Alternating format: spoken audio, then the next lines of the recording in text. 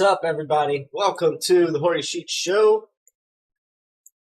You were listening, that was all some of my little doodads from back in the day, just back before I knew much about any sort of music making, just diddling around on the guitar. And I'm starting to put some of those things to use with my intro music. So yeah, I have a bunch of little melodies like that. Anyway, today we're going to start a video that I've only watched 13 minutes of, and I'm going to start it over. And it's a video titled How the Ego Went Bankrupt, the Double Debt Drive. And it's a video by Shunyamurti from the Sat Yoga Institute channel. This is a video that a channel that I've been watching a lot of. This speaker knows some stuff. He knows some stuff. And I know he knows some stuff because when you have walked or when you've had same experiences as someone, or you've had certain experiences and you hear someone else talk about the same experience that you've had, but that experience is so bizarre and almost incomprehensible in the first place that you barely understand it, but you see this correlation. You know, oh, whenever I experience this guy, it's a thing, and this guy knows about it. This guy has talked about it. He's mentioned stuff about Christ consciousness so many times, and every time he does, I'm like, oh wow, I get that. That's what happened to me. That's what happened to me. Blah blah blah. Over and over, I keep saying that, and so I got this video here that I thought was just talking about, or mostly is just talking about the ego, but he goes into some things like ketosis and kenosis, and I've never heard of the term kenosis before. So we're going to learn a little bit about what that is, and that's where I paused it. I figured that if it's exciting for me to learn, it will also be exciting for you guys to learn as well. So here we are. What's up, Jess? What's up? My signal sucks, he says. Well, what a shame, brother. Fix that signal, homie. So, yeah. I hope that was that my robot voice thing? Did that work? Mike, bro! We gotta hook up, Mike. I was gonna text you today, let you know I'll be free. But then I'm like, well, what if I started streaming? So then I was like, I better not text him in case I start streaming. But I should be free today. Yeah, cool. It should have been robot voice. Woo, it's working. Good. Double confirmation. All right, so yeah, let's play this video. I caught him in a pretty compromising position. He's got like his finger up like Dr. Evil. I was unintended when I was making the thumbnail for this video. He's definitely not anything remotely related to Dr. Evil, but you know me, I gotta be a goofball. So here we go.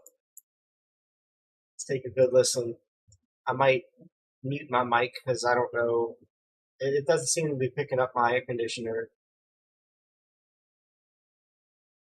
Love NVIDIA broadcasts. Even my speakers popped right now. It didn't pick any of that up for you guys. So anyway, we'll do this. Oh, that's right. I have to mute it because then it'll be echoed. That's why I wanted to mute it.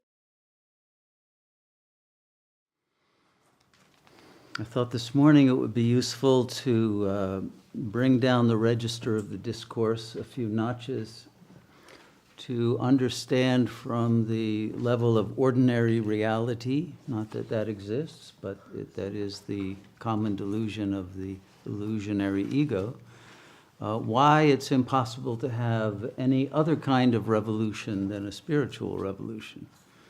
And what exactly is the nature of the impasse that the world is in that makes a spiritual revolution seem impossible? And in fact, it is impossible. It's inevitable, but it is impossible. So we need to confront that. And without grasping, I think, the full parameters of the problem, from the ego level, we cannot understand the path to the real beyond the ego.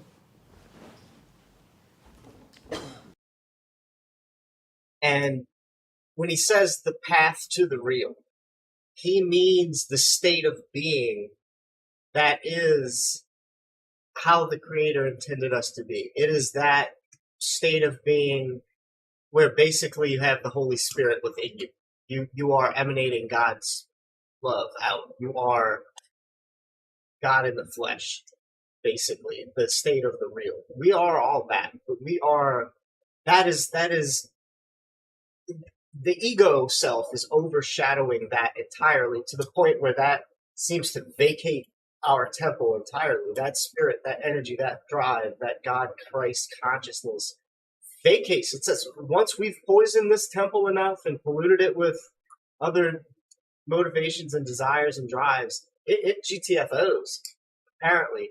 And you don't even realize it until it decides one day to hop back into your ass. That's a different story. The state of the real, that's what he's talking about.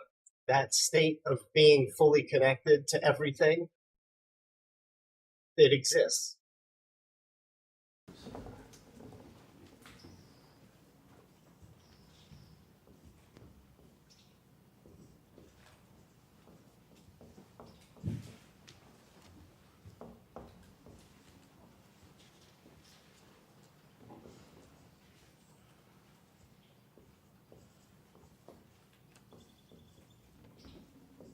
I swear he must be taking his time, because I know the video is still playing. It's still going. We are crucified by the fact that we are torn apart by a double debt drive. And there's a lower debt drive and an upper debt drive.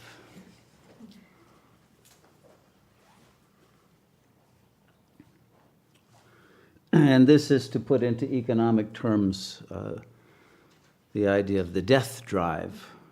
Death and debt are very closely related. So,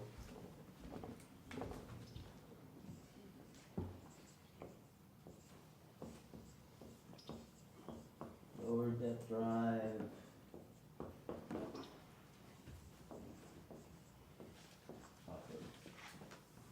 So let's see if we can understand the difference and how they affect us. So the first thing to understand, I think, is that the capitalist system is not an accident. It is a perfect reflection of the nature of the ego and of the ego's tendency toward narcissistic withdrawal from the other as a means of solving its inability to relate in an authentic sense.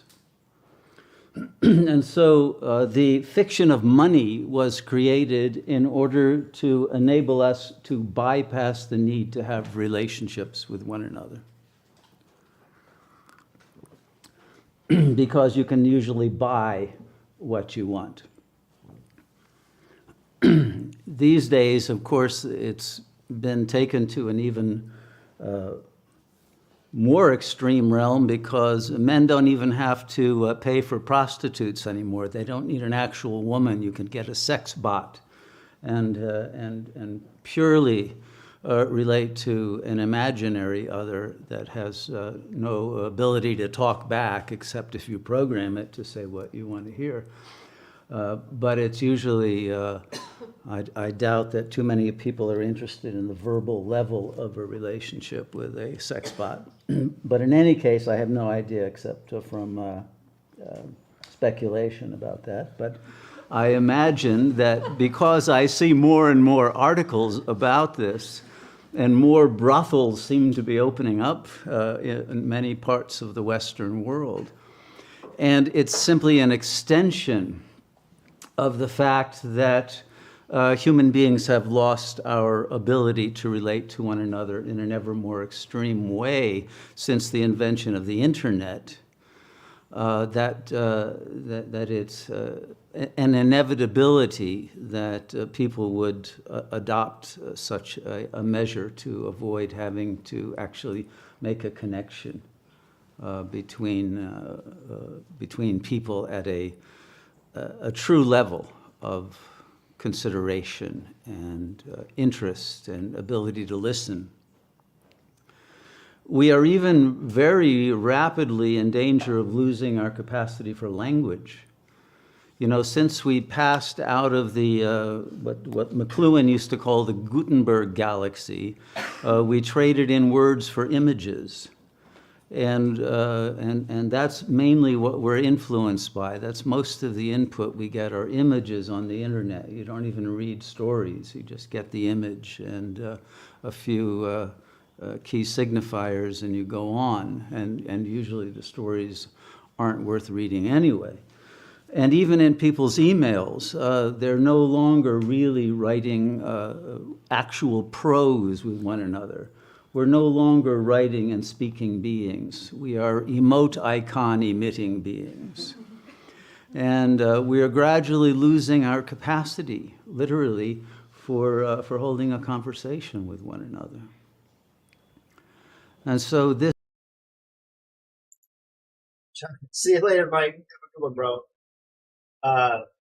China just came out with a skin that is one-to-one human skin feeling for robots, right? Yikes.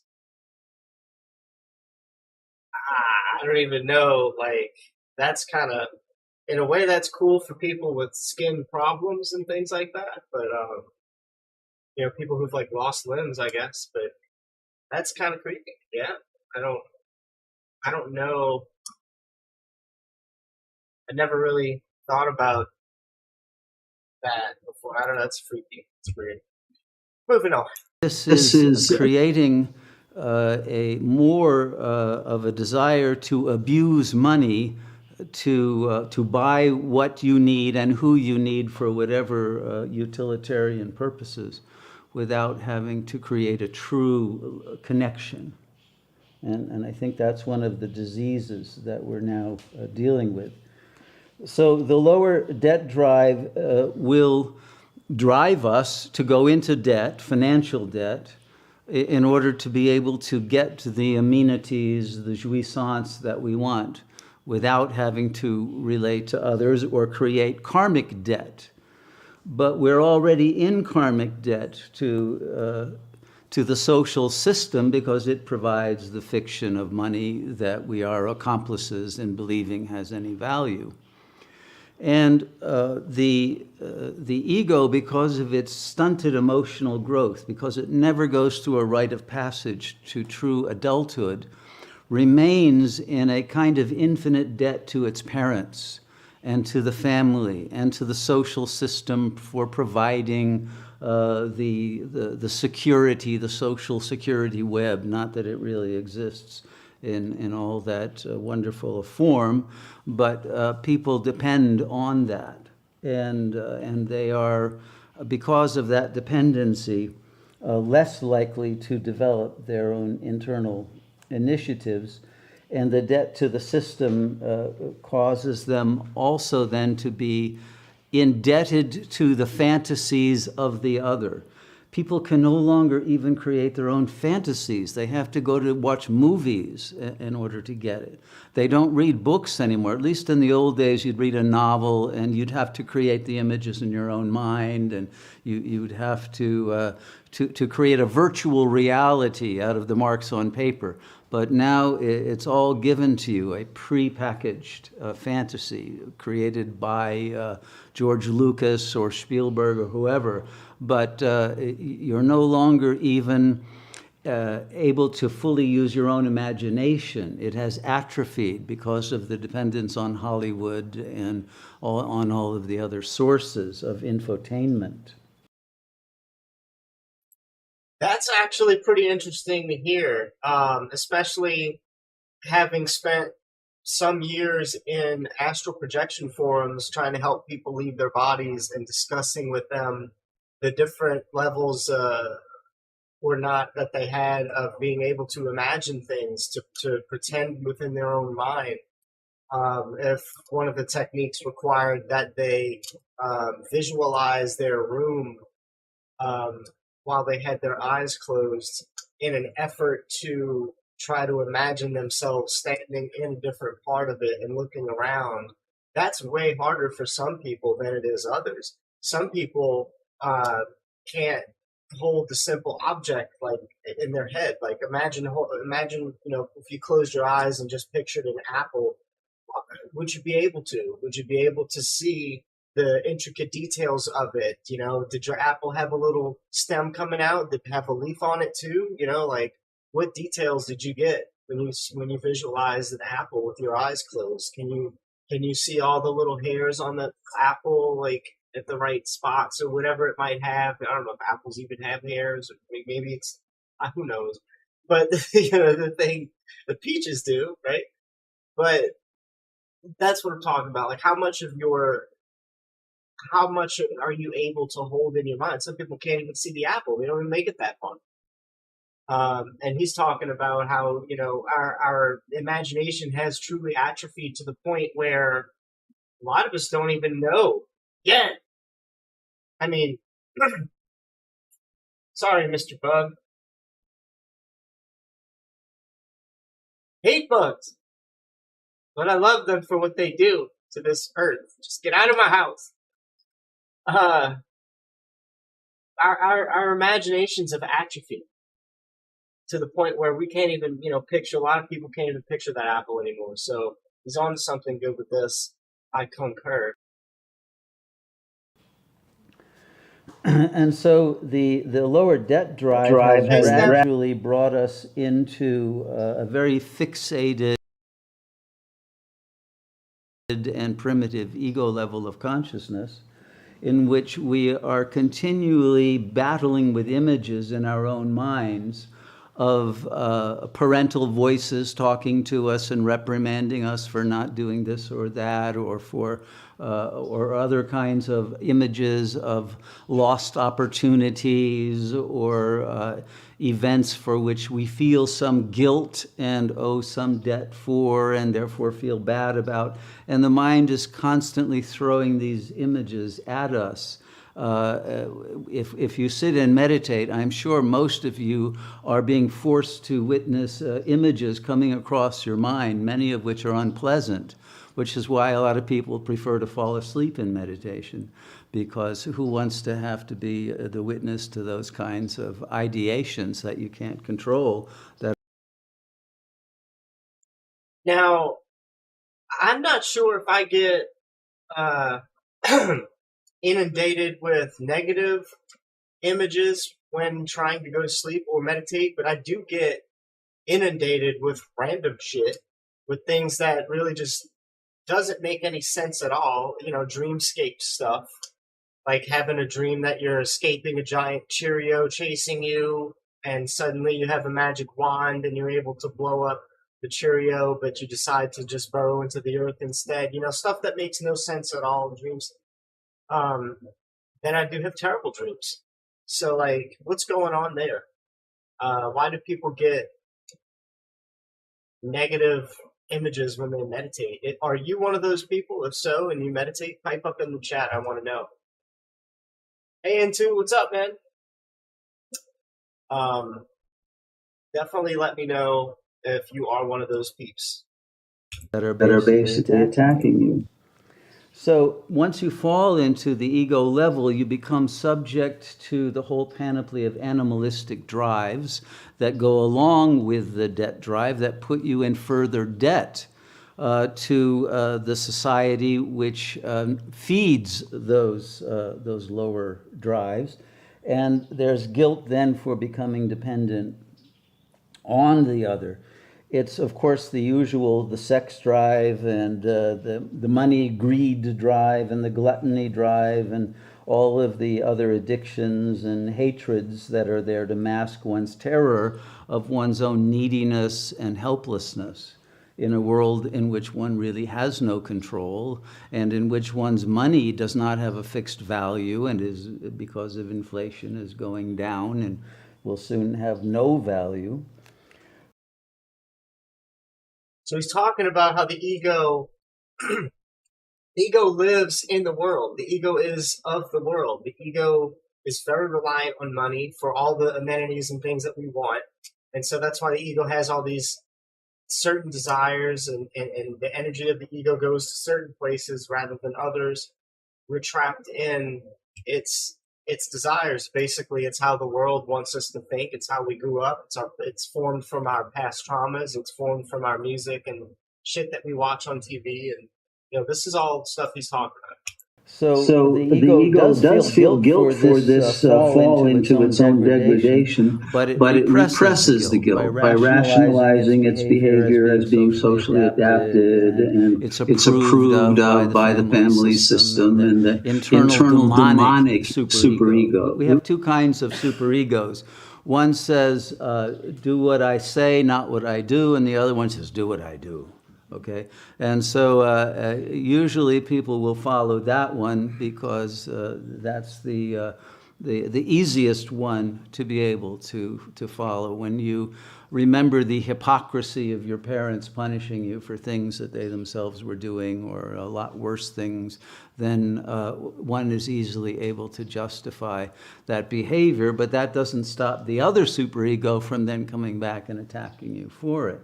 So you're sliced in half by these two different kinds of superego voices. The worst guilt today, I think, unlike in Freud's day, or even back in the 50s, when people felt guilt for sexual activity, now I think the real guilt is for food lust.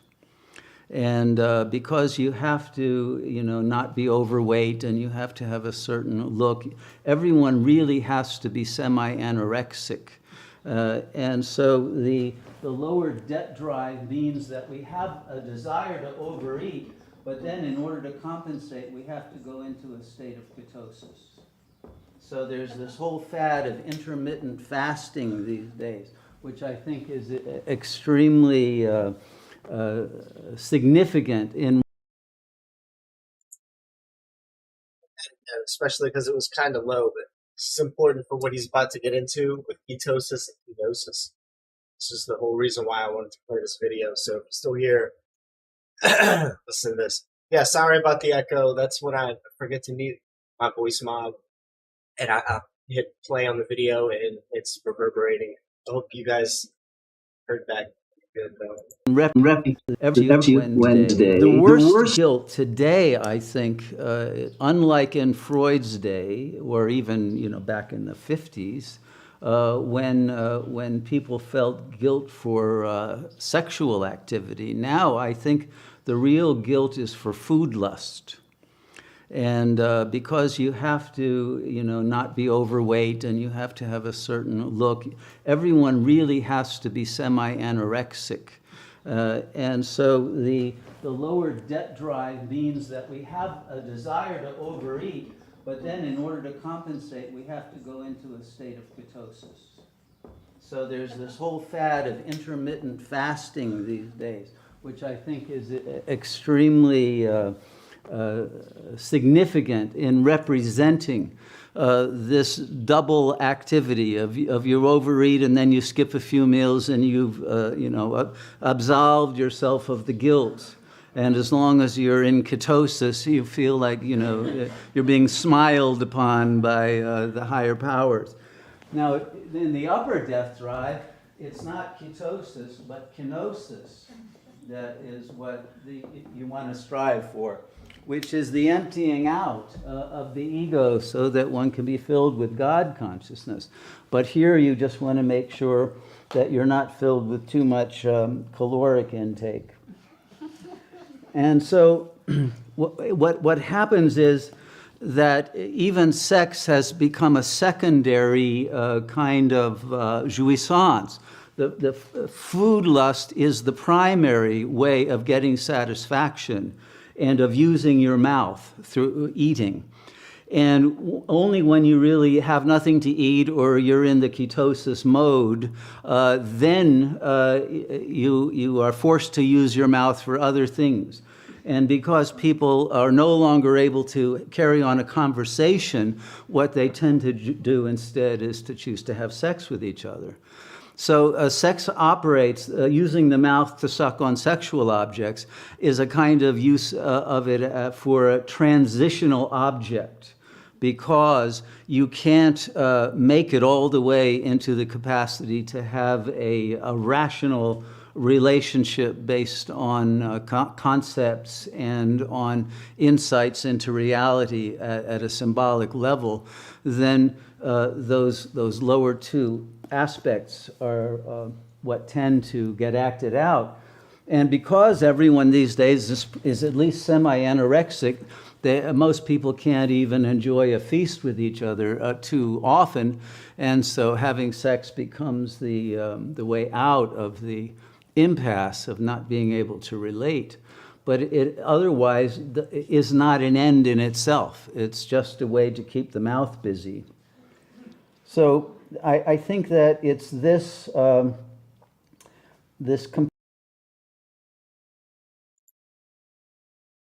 Not gonna lie, I'm not sure if I'm following him 100% on that, but I'm gonna keep going because I feel like I don't know. I definitely can relate that people don't get on any sort of deep freaking level anymore. It's all mostly trying to survive in the world. Um, as far as like using the mouth for like eating or sex is kind of like a weird like correlation there, but I can see where he's going with it. Um, let's see what else he says. Like I could just hope to get more clarification as I listen further. Complete loss of the capacity to connect verbally and symbolically with one another that has so impoverished us that we have lost our ability to get out of the debt that we are in to jouissance, because we have no other options left within the ego. It's been too impoverished of ideas.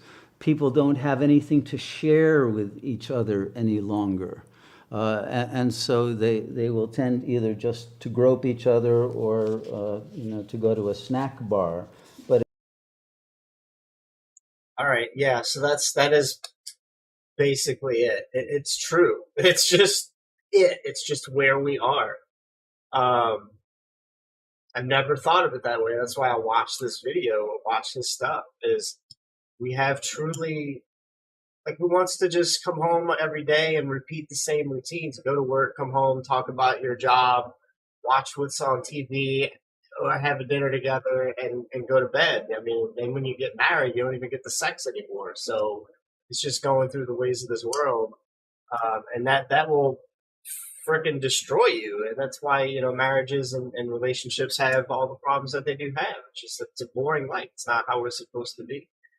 Um, again, the system is designed to tear apart the family unit. Is any of this surprising? No. And gee, there's a shit ton of restaurants out there. But it's not the capacity for relating has been dumbed down to such an extent, and the social system makes it so easy to drop out of a relationship rather than to deal with problems that arise in a relationship. That the fallback position is simply to disappear. And this, of course, creates more of a karmic debt that we build up toward one another. The upper debt drive is mostly repressed, and we use money to keep it repressed, and we use all of these other activities that have become relatively meaningless in order to forget the fact that we are indebted for our lives to a supreme power that is no longer socially recognized, in fact is ridiculed. Those people who believe in the reality of such a power or anything outside of materialism are generally, at least in terms of the mainstream paradigm, are considered to be somewhat wacko. So the guilt for having gone along with that materialistic mode of being, if one has, or if one has broken away from it in order to have a life more in New Age circles, but still is not actually transcending the ego, but using spirituality as a come-on and as a gimmick and as a way to justify taking drugs and that kind of thing, creates more of a kind of a debt to the source that is, in a way, allowing you to get away with dabbling in and playing with powers that are far too powerful to mess around with.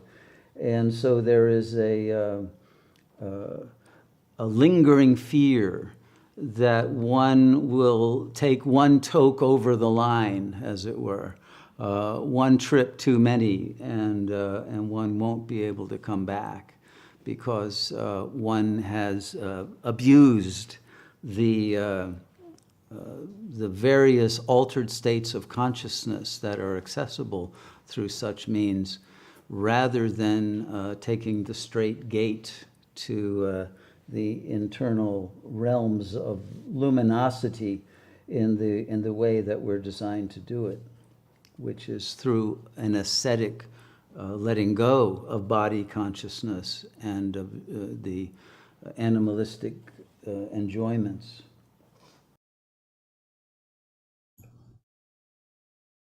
That's some deep shit right there. So the way to get to this other altered state of consciousness, this God consciousness, Christ consciousness, whatever ever happened to me, is to do it without any sort of drugs. Okay.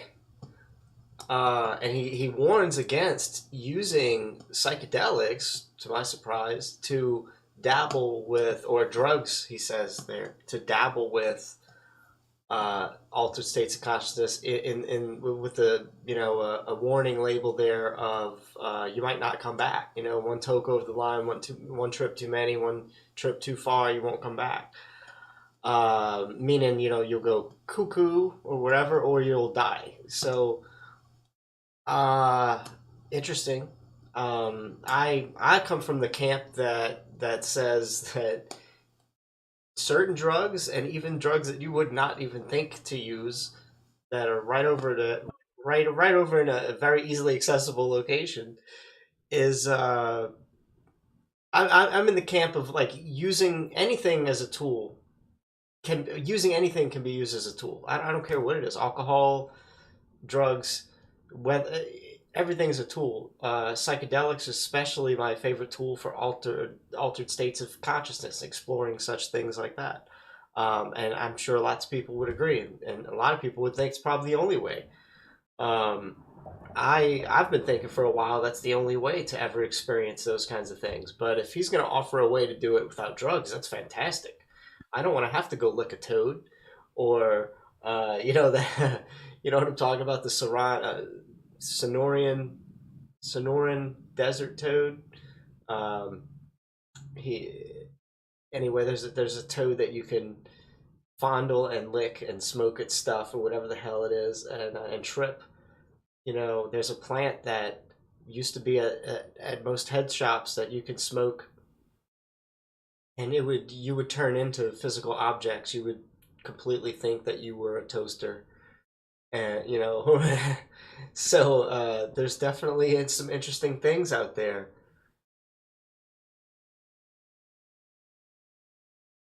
Um, I'm still very curious as to what it would take to get back to the state of whatever the hell happened to me. Um, I have a suspicion that it had a lot to do with purging my body. I know I drank a whole lot of alcohol and threw up, and I had nothing to eat that whole week. So um, a fasting had happened, and an extra purge, and man, like a light switch, I slowly, gradually went somewhere else, and I'm wanting to know what his kenosis explanation is. I want to see what he says about this emptying of the vessel sort of thing. So a spiritual revolutionary then would be one who has shed all of those lower lusts and who is able to speak and think, but has also been able to take consciousness beyond thought to that inconceivable power that transcends the ego mind entirely. And along with the disappearance of desire, there's a disappearance of karma and of suffering and of ignorance. So the spiritual revolutionary is one who is post-desire and even post-thought, but one who has attained at least mastery of the symbolic realm and the capacity to communicate and to compassionately perceive the feeling states in the hearts of others and be able to relate to those feelings in an empathic way in which the other can truly feel met and resonated with rather than simply projected on. Okay? So does that make sense? I think that unless we get out of this the situation of the ego's confinement in a very small imaginary register of consciousness, we're not going to be able to make the rest of the journey. So that what he said was super super deep right there. What had happened to me was I was just trying to. I had no desire. That's first of all, no desire. No, I didn't need anything. I didn't even need to sleep. I desired no food, nothing to eat, nothing to drink. Didn't need a girlfriend or a relationship or anything like that. I didn't need porn, nothing. I did nothing. I just sat there in one spot all day doing nothing, like Indian style with my hands like this or whatever, just my eyes closed. And people would come over and be like, "Are you sleeping?" And boom, I'm like, "No, I'm not sleeping." Like, when's the last time you went to sleep? And I'm like, "I haven't." I'm like, what? For days. And so yeah, I get it. And when I did communicate with people, I was more in the camp of like, I see all of your flaws.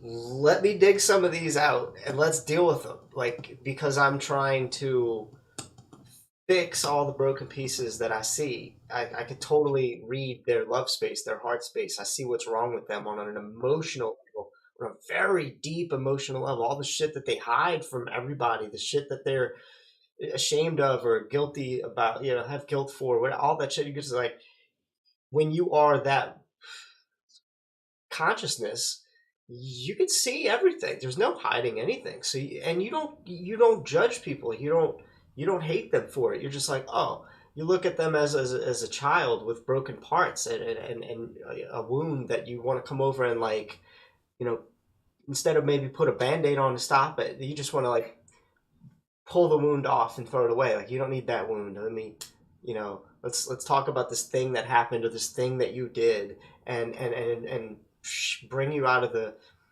make it not a wound anymore, kind of thing. And people don't like that. People get scared. How the hell do you know that about me, sort of thing. It freaks people out. So what he said about meeting them on a more compassionate level, I could see where I had room to grow there. But I wasn't necessarily too pushy either. So there's that. He knows what he's talking about, which is just amazing. All right, let's see what else he said. So the other side of it is that the ego wants to be in denial of how bad the world situation is and wants to believe, oh, we'll muddle through somehow. Trump will figure something out. People want to believe that that don't worry, there's no rush. When I retire, I can devote myself to spiritual quests, but right now I just want to make more money, that kind of an attitude. But it's true that the world is not in a political crisis. We're past the crisis. A crisis is when you realize there's a problem, it's a danger and an opportunity, and you do what is necessary to resolve the problem. We didn't. We passed the point of crisis. The world is already the walking dead. Okay? Our ecosystem at a planetary-wide basis has already lost its capacity for sustainability. The web of life has been cut too badly. And I don't need to go through all of the species that have become extinct in the last few decades. There's literally hundreds of thousands of them. And we are losing the bees, we're losing the frogs, and we're losing so many species. The birds are dying off. We're losing too many species to be able to maintain the symbiotic relationships between life forms that require one another. If you don't have bees, you're not going to have almonds and other kinds of fruits because they won't be fertilized, because there won't be any beings left to be able to accomplish that. And so we are losing the plant kingdom as well as the animal kingdom in this loss. And we're destroying the soil, the air, the water. Fukushima alone is putting tons of radiated water into the Pacific that's traveling around, and it's already reached the US and, of course, Asia and other parts of the world, and it just keeps circulating. The seas are dying, and the sea levels are rising. Climate change can't be stopped. The increase of the seismic and volcanic activity is exponentially accelerating.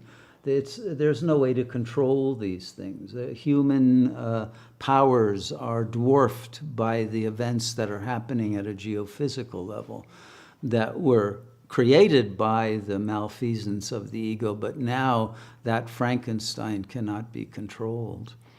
And so all of these problems are adding up to a perfect storm of an apocalyptic doom that we are going to have to be able to face, and to confront it successfully will require a much higher level of intelligence and attunement to the nature of what reality really is in order to be able to survive and have a continuity of consciousness through the singularity of the omega point that we are rapidly hurtling toward.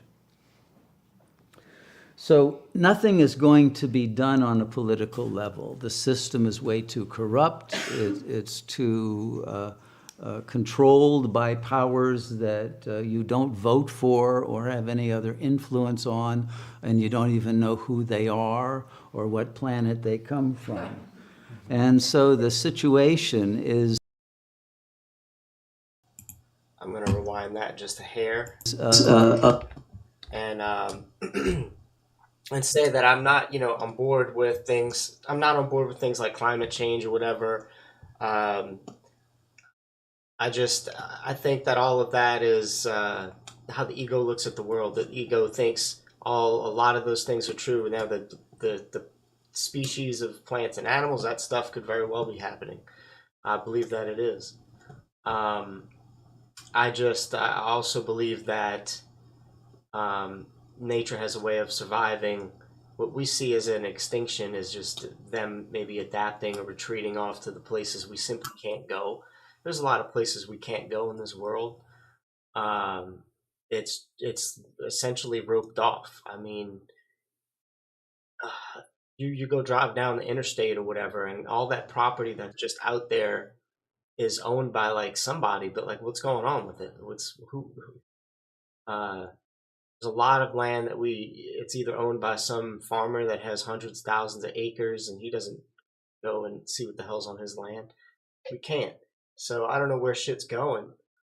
Sure, it's dying off too. I'm sure it's dying off, but there's those things to consider as well. Is just, Earth is much bigger than they tell us it is.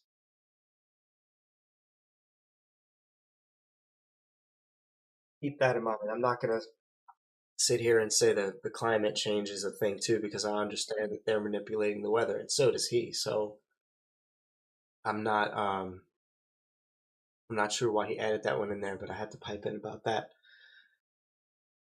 He makes guest appearances on the Gnostic Revelations Ministry channel. I'm gonna check that out. I don't even know what Gnostic means. Like that's one of those things I keep having to like go Google again. So anyway, let's see what else.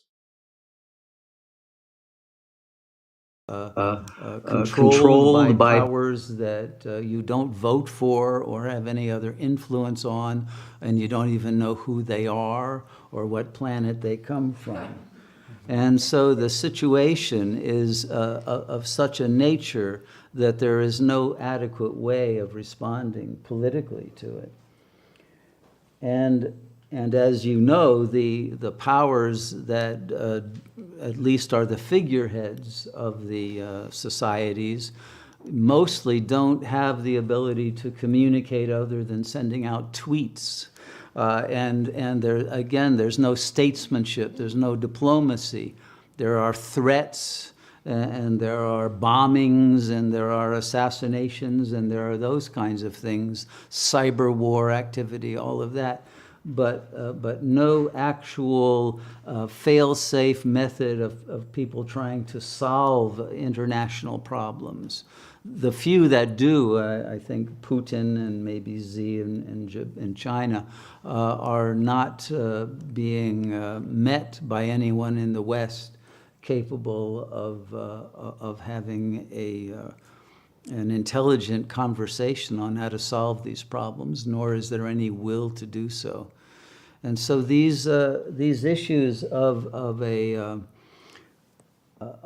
collapsing global political situation in which the empire of the West itself is now coming apart because of factional splits within the ruling class, which is what all of that impeachment nonsense is happening in the U.S. is about.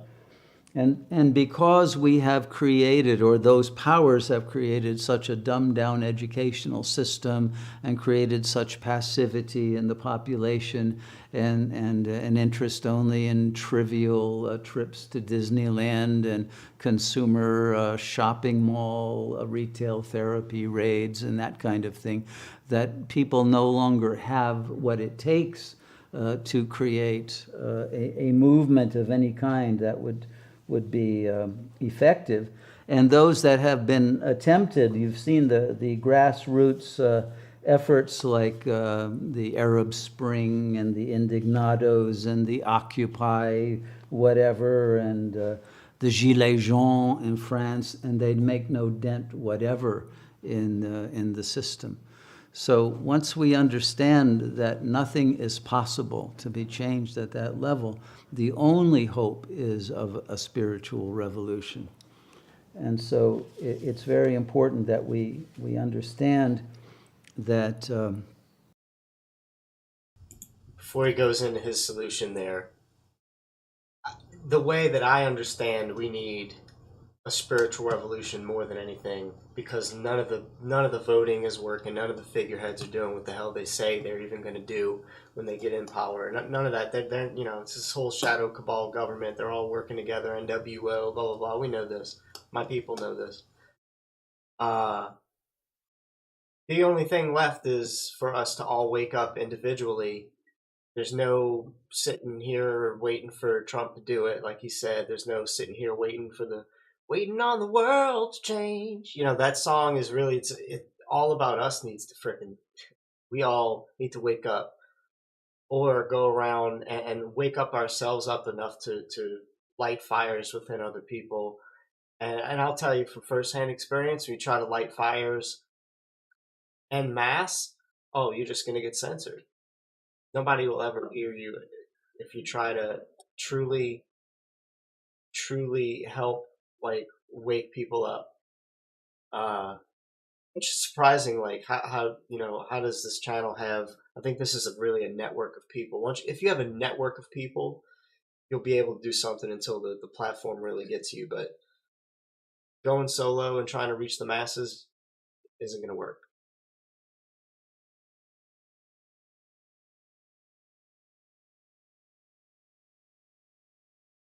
I was going to say something else about that, but I think I've lost my train of thought. Need some more of this wonderful marijuana. There's no help coming from the phenomenal plane. It's the only source of power is going to come from an expanded consciousness that becomes multidimensional and can draw from a source of intelligence that can overcome these kinds of problems that from any scientific perspective are already impossible to solve. And the worst thing is that the society is not in a static place, but every day it's falling further and further into degradation. Traditional morality has been overcome. The gender roles have been overcome. The sense of ethics itself has been destroyed, other than one's demand to be loyal to political correctness. And along with this, it has been a corruption in all of the religious institutions. So people have rightly become rather cynical about religion, and they've generalized that to a cynicism about the object of religious intention, meaning God, and that has become also something that is in most levels of society not allowed to be expressed. So because we have fallen into a level of masturbatory jouissance with robots and porn and pills of various kinds to try to keep our emotional balance, and yet none of that works, the fragility of the human ego complex has reached a point where everyone is very close to breakdown, even on an ordinary level, on a day-to-day basis. It doesn't take much to cause one to have a meltdown because the stress levels are already so high to begin with. One person, not smiling at you the way you want can ruin your whole day. And things, of course, are much worse than that. And so the kinds of stresses and conflicts that people are feeling without any means of resolving the stress and the strain on the physical organism has caused a massive epidemic of suicide and of opioid addiction and of violence and crime. And because of the good aspects of religion have been lost, it's now in the hands of fundamentalist fanatics who are very happy to kill for Christ or Allah or whoever, but the main objective is killing and terrorism. And so we're living in a world where humans have become inhuman to each other and even to themselves, and unrecognizable as beings of divine nature and capable of love and generosity and openness and goodness. We are far too defended and too withdrawn and alienated and cynical to be able even to reveal, how much love we actually have in our hearts that we try to save maybe for one or two people in our world. If you have a child, you'll try to give all your love to that one so that at least somebody thinks you're a good person, but there's no ability to live in a loving world, a loving community out there. It's gone, it's extinct. And because there are no voices of a broader kind of reason and of intelligence in the social scene, there are no more role models of the kind of moral heroism that we used to take for granted would be present in a field of social relations. There is no longer any opportunity for most people even to grow up having such an ideal that they can strive for in their own lives. And instead what they're seeing is people selling out and going for the easy fix and the easy celebrity that they can achieve through usually things that are very negative or very trivial, or just by getting naked in front of a camera or that kind of a thing. And so people's lives have been defiled by their own willingness to go along with this kind of a situation. It's made more cynical by the fact that there have been serious attempts at revolution ever since the French Revolution and the Paris Commune, at the end of the 1800s, and of course the Bolshevik Revolution, but they've all failed. And communism was the great hope for many, many people throughout the early part of the 20th century until Stalinism and the hopelessness of the international hope for a unity among the working classes. The proletariat would rise up against the oppressive bourgeoisie and all of that. It never happened because the working classes of different countries did not have a sense of unity. People's identifications were with a particular country or religion or ethnic or racial or other kind of signifier, but not to that of an economic class. And the whole idea of communism, of course, was based on a belief in equality. And there's no such thing as equality within the field of the ego. The ego is about differences and specialness and hierarchy, and it wants to be on top, and the alpha male or the alpha female these days. But it doesn't, equality is not of interest to the ego. So you can create a system that gives it lip service in the same way that religions of other types give lip service to it, but it's not going to work. And we've seen that. And so for many people who were invested in that ideal as the great hope, that has been destroyed, and no alternative vision has arisen that has taken hold among the population. And that's why when there are movements today, they don't have leaders, because there's no vision that can actually unify people. And there's no capacity to get together and have consensus. The ego isn't able to do that. And because there's an anti-hierarchical distrust and a mode of thinking that says anarchy is the only way out of this, that anarchy, of course, leads to the dissipation of all of the revolutionary energy. Now, when capitalism first began, it began in a sattvic mode. There's the three gunas that are talked about in Indian philosophy. The sattvic guna is the very clear, pure, idealistic level, and then the rajasic is the productive activity level, but you're really running away from yourself and spinning your wheels. And then the tamasic level is just inertia, and you're too lazy to do anything, and the whole process degrades and collapses. Well, when capitalism began, it began as a very idealistic movement within Protestantism. And there's a famous book by Max Weber called something like Capitalism and the Protestant Ethic. And it was about developing your ingenuity your capacity for innovation, for excellence, for efficiency, and that you would gain heaven through works, not through faith.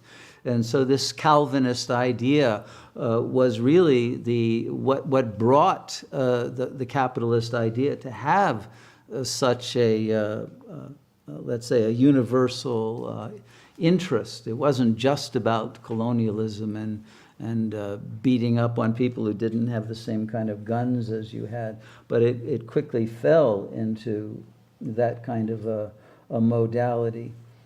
But in the beginning, your excellence is what would bring you the money that would then bring you freedom. Okay, that was the idea.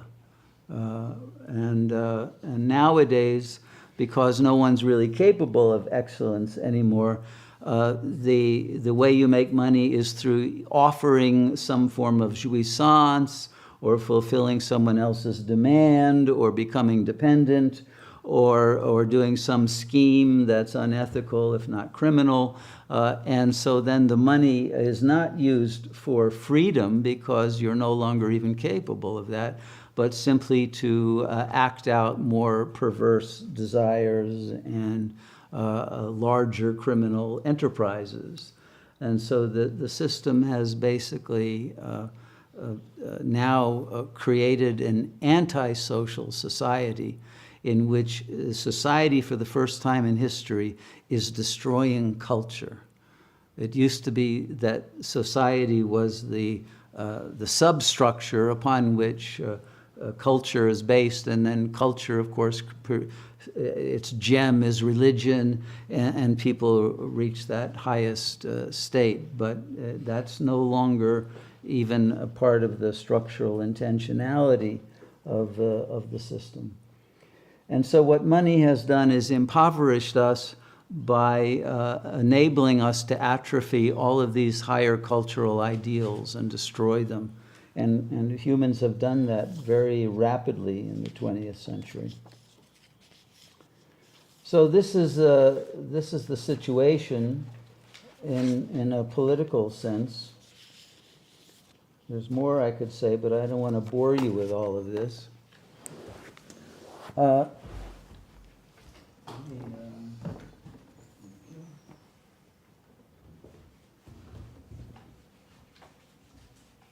Cameraman was on point right there.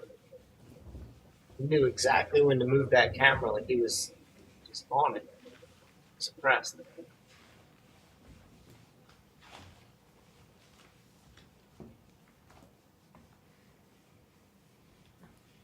Okay, so, thank you. Some of these ideas about the debt drive and the degradation of capitalism, I want to give credit to a current thinker named Aaron Schuster, who actually wrote a paper about the debt drive, but he didn't have the upper debt drive. He only knew about the lower one. And that's the problem, that psychoanalysis, which is kind of the leading model of social criticism and analysis, has no upper end to it. It stops at the ego and says anything beyond the ego is a fantasy. And so once you buy into that, then you are stuck trying to live a life of drudgery and to make do with the kinds of traditional values, to whatever extent they remain, of raising children and hoping that they'll have a better life and all of that kind of thing. But we know that life is getting worse and worse, and it's no longer a blessing to bring a child into the world. And all of this was very clearly laid out by the great thinkers of the 20th century, and they should get a lot of credit, whether it's Foucault or Lacan or Gilles Deleuze or Baudrillard. The understanding of the nature of the horror of our situation has been very clearly laid out by very brilliant minds, but they haven't figured out a way out of the trap. And that's what we have to understand now. One of the ways I think we can do it is to recognize that human consciousness is within a number of sheaths. The sheath is called a kosha in Sanskrit.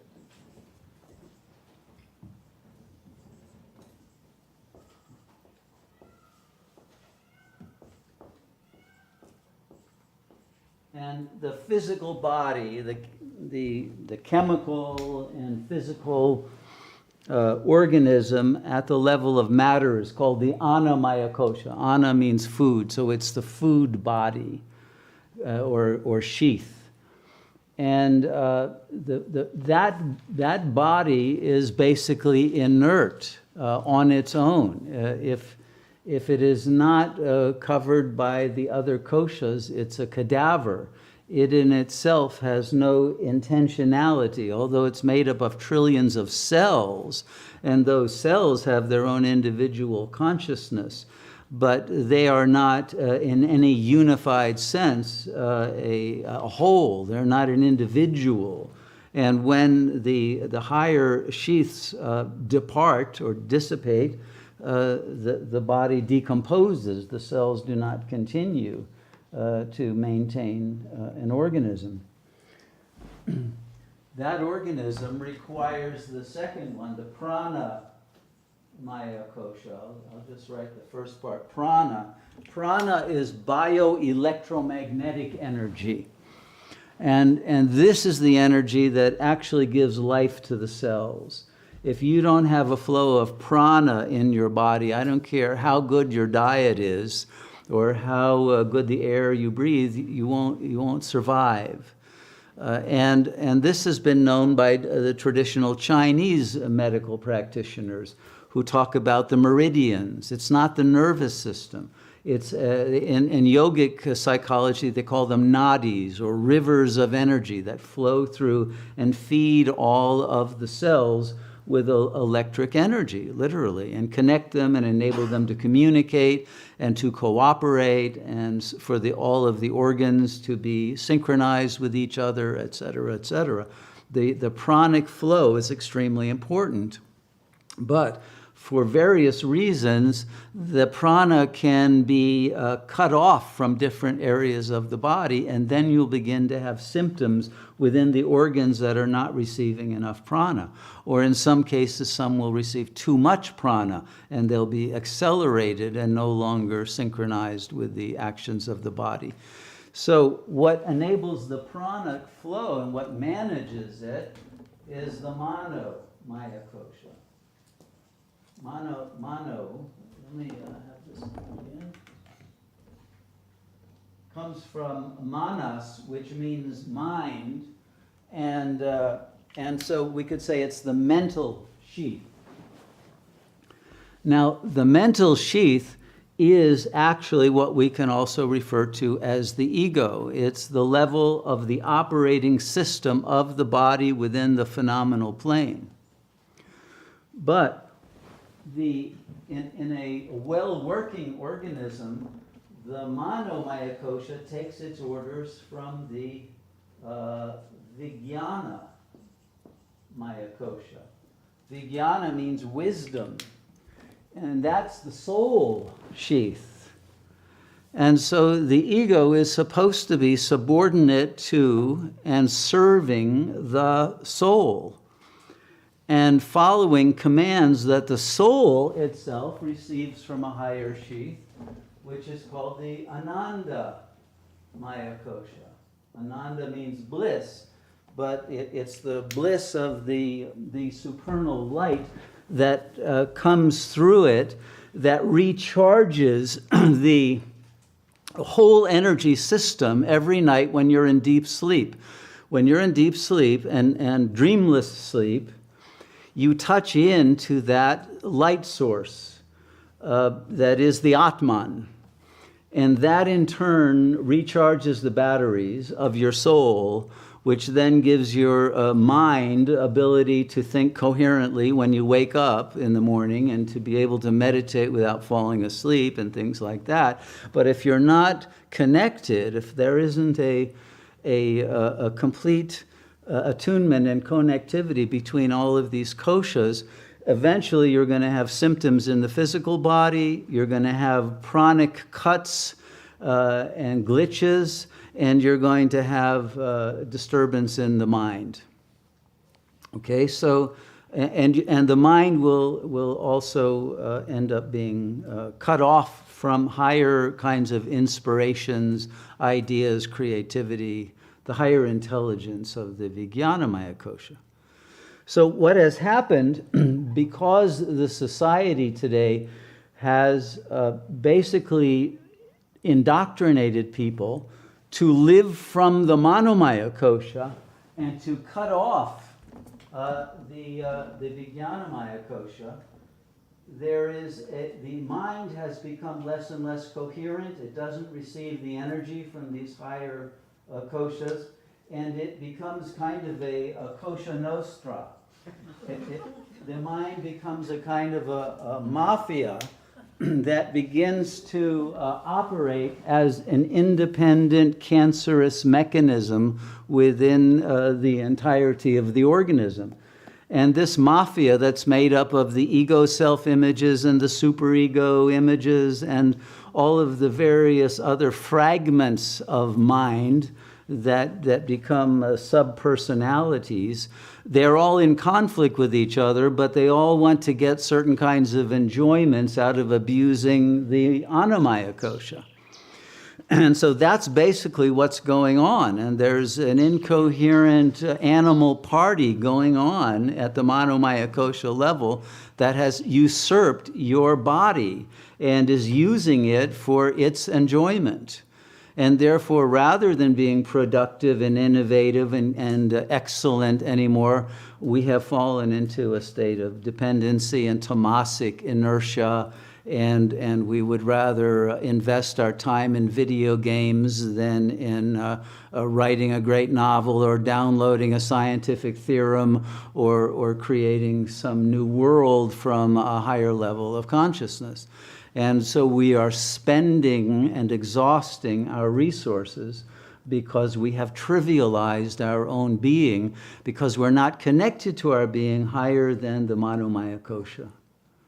And as long as there's a cut between that and the higher sheaths and the ultimate source of consciousness at the Atman and Paramatman levels, we will not have the energy or the intelligence or the will to be able to escape the situation that we're in, and the exhaustion level of our dead batteries, because they're not getting replenished even at night, because people don't sleep well anymore.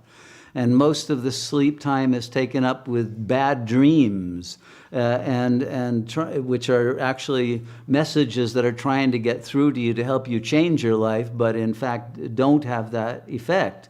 They simply cause you to want to take more anti-anxiety pills or whatever, and not to analyze the dreams, but to try to forget about them. And so the people wake up not refreshed, not filled with new life energy and new inspirations that they've had in deep sleep, but instead wake up groggy and without any new life force. And so because of that, we're getting weaker and weaker, and we are aging faster, and our capacity for hope and creativity is dissipating into non-existence. So basically, that's the state of the union, or disunion. And to sum it up, the postmodern ego structure suffers from two contradictory and yet coefficient traits.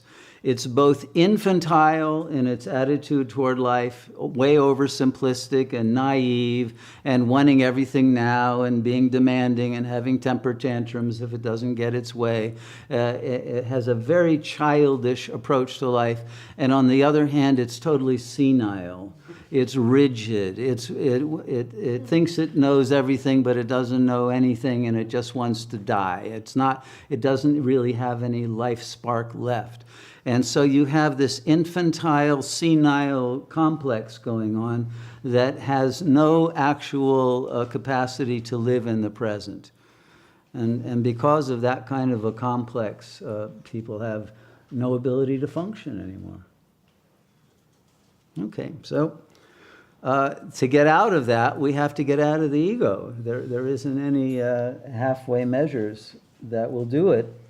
But as long as the ego prefers the potency that money gives it, which is a false potency, rather than the potency of consciousness, which is available to us if we would only explore what consciousness is possible to achieve if we would only access it at a higher level than the ego. But that's hard. That takes work. That takes meditation. Whereas you can use your money and buy an immediate gratification. You don't have to do any of that. So people are choosing that, and that, of course, is bringing money to having less and less value.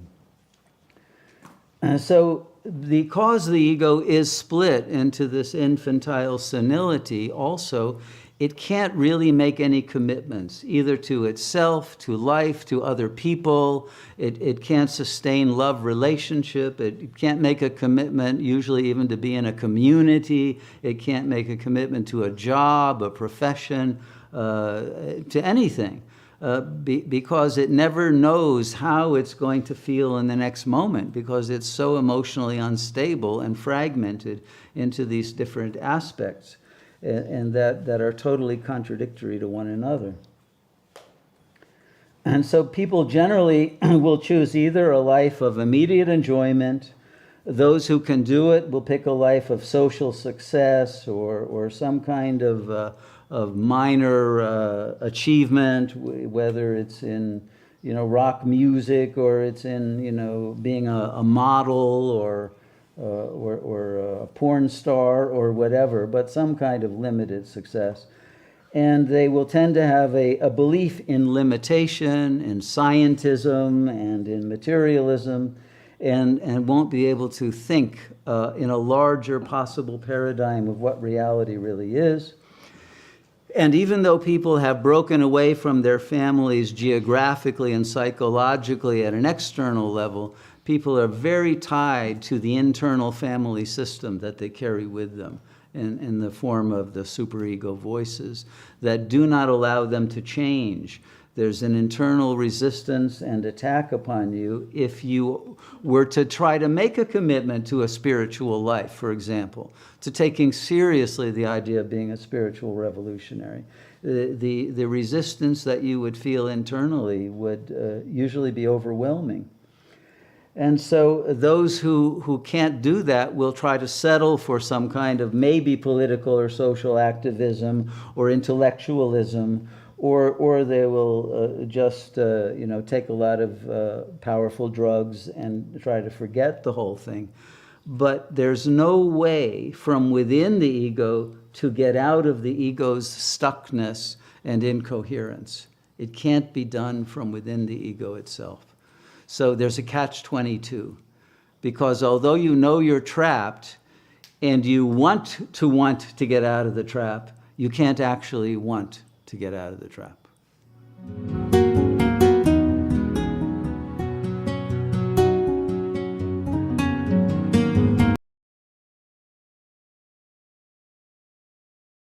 Very deep stuff. Very, very good insight onto just how many levels, like an onion, there is to the ego, what it feeds from, what it has an impact on, as far as all the koshas, anagi, all that stuff. I don't understand all the labels. I don't like to label stuff. But when you really dissect things, it can look a lot like drawing on a whiteboard and labeling stuff as he does. So kudos to him for that. Age of Walnut, trying to win a fitness challenge with my friends. I know you're in great shape. Any advice for me? Is that a bot? Are you a bot? I don't think I'm in great shape. It might look like I'm in great shape. Play a lot of VR. That's my trick. Play a lot of VR.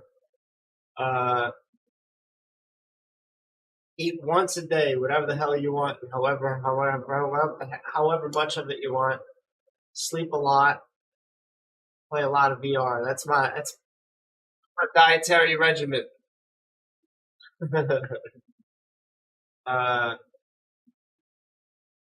You're not a bot. Oh, well, thanks, bro. This stream is fire. Were you like that, Jess? Yeah, this dude knows his stuff, man. He knows his stuff.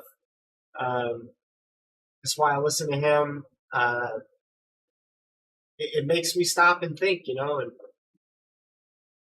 he might believe a little bit too much mainstream than I would hope him to believe as far as things like climate change or whatever, but in the end, it doesn't take away from his message about how society, for the most part, has been shaped into what he described it to be, how our egos are driving us to become the people that feed this machine in society and are mostly responsible. And it gives me a little bit of,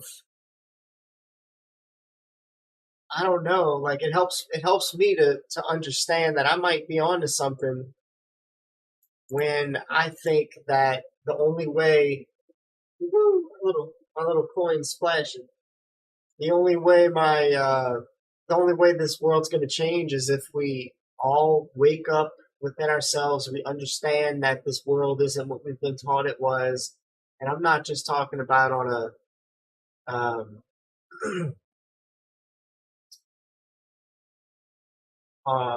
on a scientific or physical level, but school teaches us absolutely nothing about the spiritual level of things, about magic, real magic, ability to heal with your hands, for example, or astral projection and dream travel. Like it doesn't help us get the kind of rest at night to put us in positions to explore such things. That should be a whole class.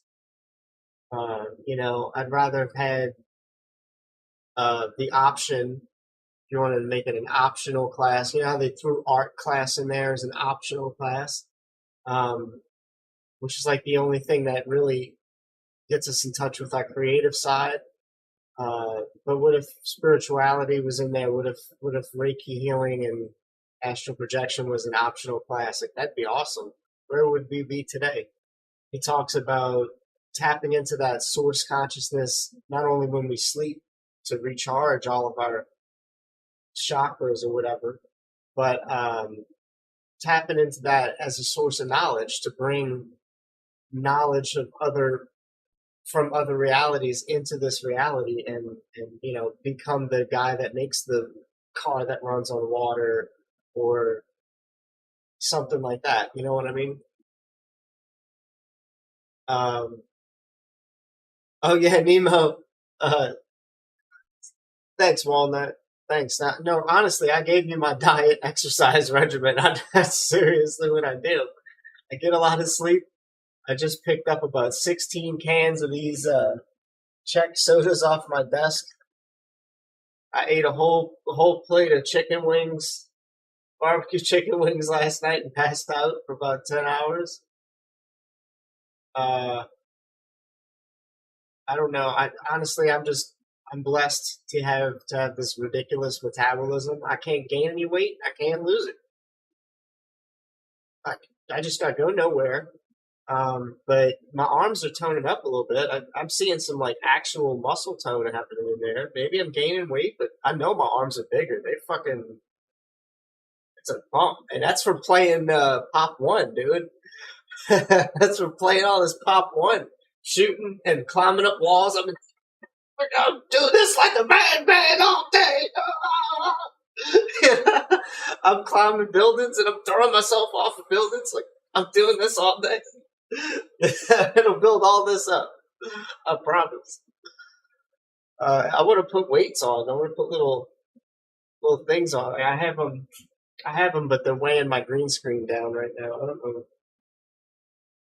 I don't know why. I don't know if I broke them or must have did something. Must have tried to empty one of them. Yeah, I tried to empty the sand, and it just didn't work out right. So now they're just weights. But no, guys, this dude knows his stuff.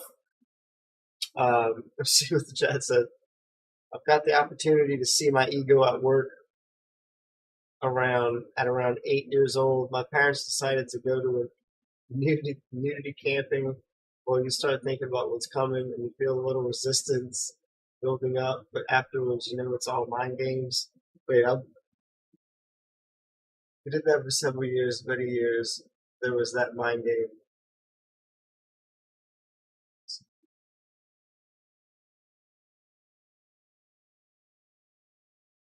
I I'm trying to relate to that, but it makes my brain hurt. I don't know why. That's gotta be an interesting thing to experience as an 8-year-old. Um, for me, it was uh, Michelangelo books in kindergarten. We basically the encyclopedia was like the first the first time I ever seen a naked woman. So I guess I got introduced to that around the same age, but it was on paper. Ego. Um, what about that is ego though? I I don't know. I don't. I mean, yeah. I guess if you like insecurities come from the ego, insecurities, things like that. That would be why you would have any sort of resistance. It would be judgment versus towards others, or judgment versus yourself, or insecurities, uh, things like that. And so, yeah, that's right. You're right. Um, it's a tough place to be as as an 8-year-old experiencing those parts of your ego.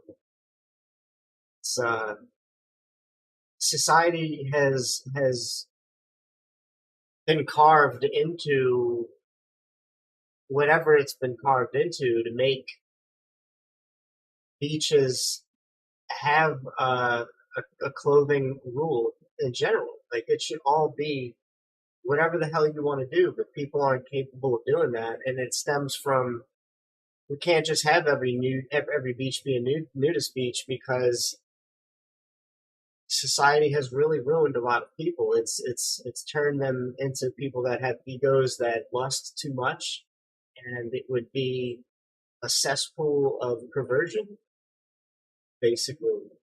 So we have rules in place. The rules now that are in place take our freedoms away. So as we start becoming more spiritually open, we have these movements now from the women's corner, free the nipple, right? I mean, we can, if guys can, I could be on this live stream right now and take off my shirt and play with my nipple, and nothing really would happen. Like I might get banned as per Twitch's toss, or maybe even YouTube if I start playing with it. I don't know, but I've been here, my shirt off in several streams, and I'm still here. There's me with my shirt off right there, dancing with chicks in my green screen, uh, and nothing seems to happen. So, but a woman do that and she gets banned.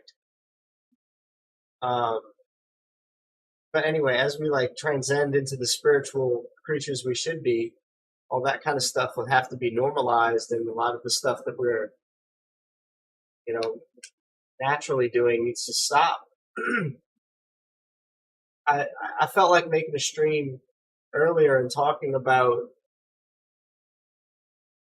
the download of information that came to me when I don't know any other way to call it, but I call it my Jesus experience, and I was just inundated with so much about how you should be to maintain that state of living in bliss, and you have to put a full stop on everything in the world for the most part. There wasn't nothing that I could go out in the world and do that would help me maintain that state of bliss. So, in one end, just the amount of bliss and feeling of whole and complete and no desires, just to experience that, it doesn't sound like a whole lot of fun on paper, like because you just kind of not doing anything and just talking to people. Like that's what I was doing. I'm sure I could have done more. I don't know though. I don't know, but anyway, being that way On paper doesn't sound all that fun, but being that way does. It is just, it's great. It's like taking MDMA and having nothing to do at all, but you're okay because wherever you are is the place to be. That's the feeling that you have. So it's a nice feeling to just experience all the time. But to experience that, we have to stop doing everything that we do in the world. Literally, there's so many things that would take you out of a resonance with operating in that mode. I mean, I thought about making a whole stream on perfection and what it takes to do that, and how I can't even think of any jobs that you could take up that would that you'd be able to survive and pay your bills with, and even paying your bills, there's problems with that.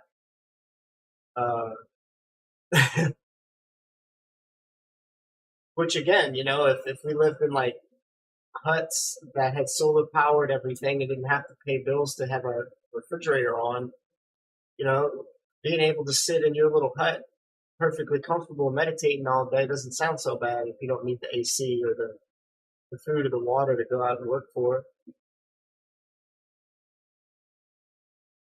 But we're not in that state, so we need all these things. But we don't need all these things. It's kind of a conundrum. Agree with Hori, it's a bit weird in this society. Check out a few Muji vids, Hori. That's where I resonate best with. I'm not gay, but take it off, Jess. That was weird. My grandfather and uncle left a bunch of Playboys in the attic. We never told my parents about it, if that counts. No, my aunt was taking care of a man that got in a bad wreck for years, and he left his Playboys outside in the patio section. He had all his boxes out there, and I found Playboys. That was shortly after I found Michelangelo and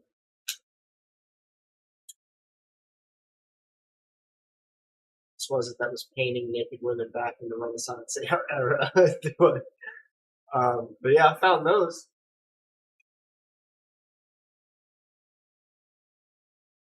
There's a couple of stacks of Playboys, and I knew exactly where they were. My other uncle had one next to his toilet in the stack of the rest of his magazines.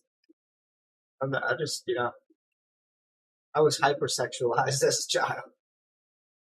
It doesn't translate well. It formed parts of my ego that slow me down in a lot of ways. If I get a certain cancer in my body, it's probably from all that shit. But yeah, society, the stuff, the stuff that we do, the reason why it's hard to stay in full Christ consciousness is because you're fully aware of everything that you do having an impact in the world. To the point where like you're almost watching what grass you're stepping on so you don't like kill certain bugs in the ecosystem. Like you almost know how to walk differently and where to walk. You're avoiding stuff that you're not seeing, but you're knowing to not step on because you have this awareness. Like that's this kind of deep awareness I'm talking about, knowing everything.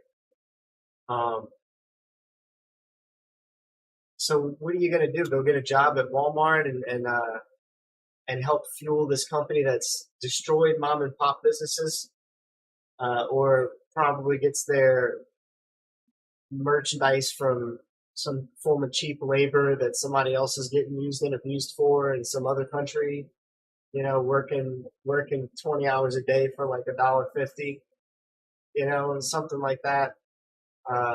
What is your energy fueling if you're helping that business? Well, it's not good. So, all right, if it's 1% bad, you can't do it.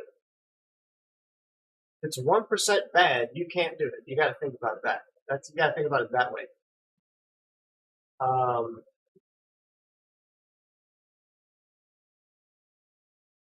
You can't eat anything that had to die for you. So there's no more meat. Instant vegetarian, vegan, or on your way to vegan real quick. If not, boom, immediate vegan. Like honey, fucking with the bees. That's not your damn honey, bro. You know, you don't feel good about that shit. Anything falls on the floor, it's free game. So you set up a little honey trap or something. Bees ain't gonna go back out and get it. I don't know. Who knows? You know everything what you can and can't do. The thing is, you don't need the honey. You don't need anything, so you won't do that. That's what's fun about it. You operate in a mode where you don't really desire a lot of stuff anymore. But playing video games and stuff, like you immediately know, like so much that you can't even play the video game anymore and enjoy it. There's too much going through your brain. You can't even lower yourself to the point of being entertained by someone else's digital technology. You don't need to be entertained. Like, entertainment doesn't happen on that level anymore. You don't even desire it. It's not an interest. And it's not even tasteful. Most forms of entertainment are distasteful on that level. So it's weird. Entertainment on TV in that way of being for me was I was watching a Lifetime television movie network channel, and one of the movies was some kind of chick flick is what I call them, and I knew everything about like what was going to happen, why the director wanted it to happen that way, the actors, everything about the actors, and why they chose this film to act in, and how it would affect the audience in 15 different ways, and some of the ways that he meant for it to affect people, some of the ways that he didn't see coming, blah, blah, blah, blah, blah, blah, blah. And I mean, it was just too much. It was just like, I can't even be entertained. I'm just thinking about all this back stuff being downloaded. And entertainment was just not as interesting as knowing everything. So it's weird. It's a weird way to be. But that's why he said the only way to change in this world is to be experiencing the connection to source that knows the answers to all these problems that science, in his words, science will tell you right now is impossible. And it's true. Science, especially mainstream science, is right there at Western medicine, and they don't have solutions. They just have workarounds.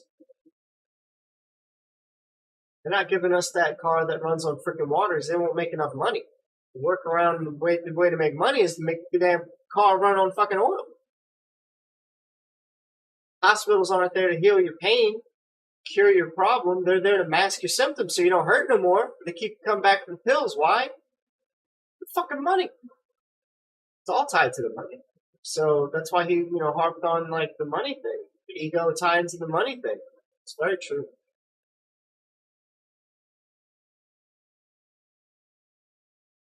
To be perfect sounds like it sounds like you have to give up a lot because you do. It's not because you won't feel a sense of loss, and that's what people will have a problem with before they go on this journey. The sense of loss you think you'll be overcome by the sense of loss, because one of the things you have to lose is your identity. You don't care what people call you anymore. I'm already at that level. Like, I got 3 different names. You pick one. It's hard for me to introduce myself to somebody because I don't resonate with any of my names right now.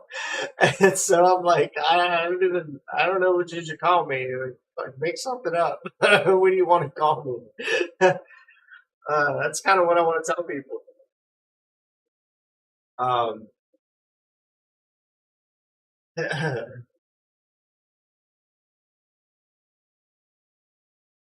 I can't open it up right now. I don't know what it's going to be. Am I going to strike? Knowing y'all in this conversation, who knows? But anyway, living that way is very interesting. It's not something that you can get away with too long, because people will expect things of you. Like, you can't just sit on the couch all day and draw pictures of Jesus' face with a pencil sketch and scare the family. Shit like that was really weirding people out. Okay, I'm gonna check it out too. But I don't know what else to share. This kind of stuff is what, aside from me just playing goofy games and having you guys kind of hang out for that, this is the other stuff that really, this is the stuff that I'm more passionate about sharing instead of truthing and stuff lately. It's the road to Christ consciousness and my own journey there as well. So thanks for sticking it out. Thanks for watching this with me. And I'll probably stream something soon, if not later tonight. I can't promise. Another VR stream. And I have another music stream I want to do. I still have some music to get out of me, and I don't know. I have to load up my music program, because now I've connected my VR music program's instruments, weird ass instruments it has, to the actual instruments from my normal music making program. So it's like a whole new world of music to explore. I can't even, just don't even know. It's like thousands upon thousands of new instruments. It's like being a kid in the candy store. You can lick every lollipop. So that's something I have to show you guys and still experience. It was so overwhelming. I only did it for like an hour, and then I had to stop and just be like, I could play with this all day. I get lost. I have to stream this, but it's kind of a pain in the ass to set it up, but I'll do it. All right, dudes. Hey, MK. Thanks, bro. See you, Into. See you, Jess, Nemo. Freak from Who. Tip was in here. Go check out that Gnostics Revolutions channel, wherever it was mentioned. I'll read the chat. Check it out. Maybe I'll stream one of those soon. Peace out, guys. Much love. I'm here to help wake up the world. Who's with me? You want cramps in your belly from laughing, guys? Check that link, says Into.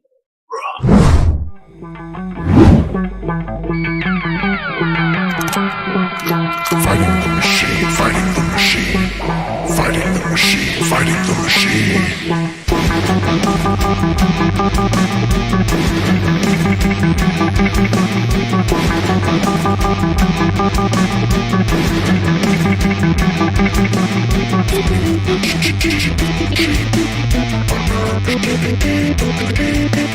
Orishi Show, Orishi Show. Take the red pill, take the red pill.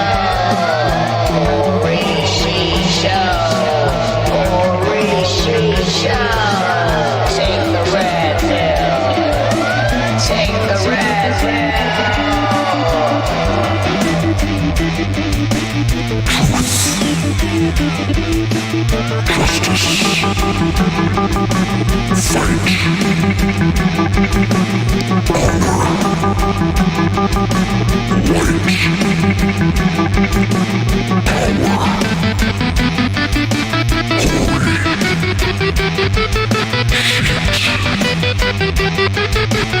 Fighting the machine, fighting the machine, fighting the machine, fighting the machine.